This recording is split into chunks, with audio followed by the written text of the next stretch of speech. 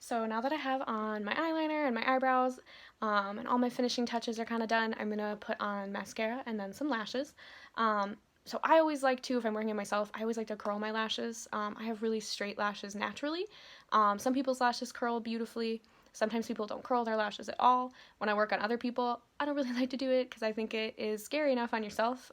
Doing it on other people, kind of terrifying. But if you are able to do it, usually that kind of helps your lashes like blend in with false lashes, and they just kind of help to open up your eyes a little bit. So I already did it like once, but just to kind of show you guys, I just have like an old school like traditional one, and you just kind of like put it right at the base of your lashes, and you just kind of squeeze it, and then you can pull it up, and you can curl your lashes this way. Um, Curling your lashes on video and having people watch it is probably one of the most terrifying and strangest things that I've done. But just in case somebody doesn't understand how to do it, I did want you guys to be able to see it. So again, you go right down at the base and then you just kind of squeeze it. And if you go up all the way to the end of your lash, that's going to help to curl them.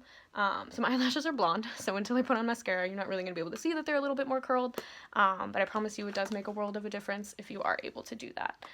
So as far as like mascaras to use, I always think it's better if somebody has their own personal one. A lot of times if they don't, I've worked at theaters, usually they just have like the Maybelline like Great Lash on hand, and somebody will just get like a tube of that to use for the show. But mascara is definitely a personal item, right?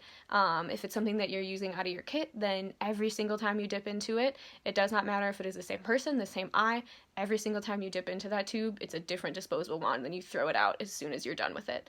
Because if you touch, like if I touch my eye, and I put it back in there, and then I put it back to my eye, and then I go to use that same mascara on somebody else, like an hour later, everything that was on my eye could now be on their eye, right?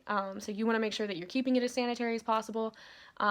Sanitation is so important. I don't always think theater is the most sanitary place in the world, because we're always rushing and doing things quickly, and we're all like on super tight budgets. But I promise you there is always time for that kind of sanitation, because really it is so important that you are keeping like any kind of eye product clean and lip products clean, just because you really don't want to end up with an eye infection or giving somebody an eye infection, right? So once you get your eyelashes curled, or you don't curl your lashes, whatever it is, you want to use your mascara. I have a couple different ones that I use. I don't personally, in my like everyday life, use a waterproof one, but I don't really have eyes that run a lot. If you do have eyes that tear a lot, you may want to get a waterproof one, or if somebody has to cry on stage or cry on film or whatever it is, you may want to get a waterproof mascara.